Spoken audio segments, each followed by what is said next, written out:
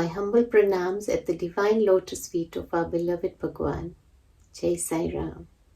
My name is Panna Thakkar, and I'd like to share some of my moments with Sai. I came to Swami's fold during the 1970s when my family arrived in the UK from Uganda. We moved to a small town in Wellingborough, where I lived across the road from a SAI centre newly set up by Gulapai Bharti. I would listen to the bhajans from my house, and I was so mesmerized by the lovely singing that I soon joined and got myself immersed in the beautiful bhajan singing, and I was one of the singers in the group. In 1978, a group of Bal Vikas children and young adults were invited to go and see Swami. Swami at that time was based in Brindavan, Whitefield. I remember the first day when we saw Swami and he just floated towards us in his orange robe, and we were all just awestruck by his beauty and divine form. He asked how many of us were there, and he asked us to return with our baggages and stay in Brindavan. The girls stayed at the Kalyan Mandap hall and the boys were put up in the hostel. We had such beautiful moments with Swami. Every morning we would line up on the driveway and Swami would give us Pad Namaskar.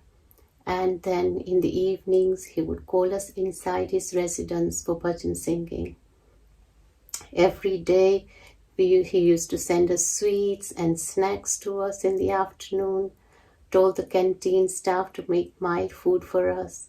He was our total mother and father who looked after us. As it is, none of our parents had actually come with us, so Swami just took over the role. We never really missed our mom and dad, and in fact on our last day most of us cried because we didn't want to leave Swami. So this was my first experience of Swami as my mother and father. And as years went by and I studied at university, studied pharmacy at university, every holidays that I had, I would go to Puttaparthi to visit Swami. And again there I had some lovely moments with Swami, and especially during Christmas, I loved taking part in the children's play, and I would be one of the singers or a voice in the play. And I remember practicing in the Purna Chandra Hall, where Swami would come in to guide us. And one of the songs we sang was Swami, you are so precious than gold. And just tears would roll down us, as Swami would just sway to us singing.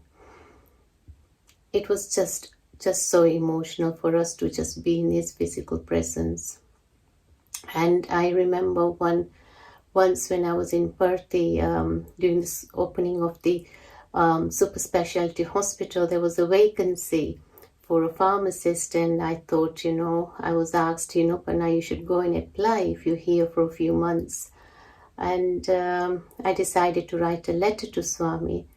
But before even I could write, Gulapai Bharti had arrived in Perth, and he said, if Swami calls me, you can join me, you're my daughter. So I said, what a wonderful opportunity for me to ask Swami if I can work in the hospital. So as we all entered into the inner interview room, I was the last one to speak to Swami. And just before I could speak to Swami, he pointed a finger at me and said, go back home and get married. And this is more or less the second time that Swami had mentioned marriage to me. So anyway, I got home, and of course a few years passed and I did get married and been blessed with lovely children and a husband.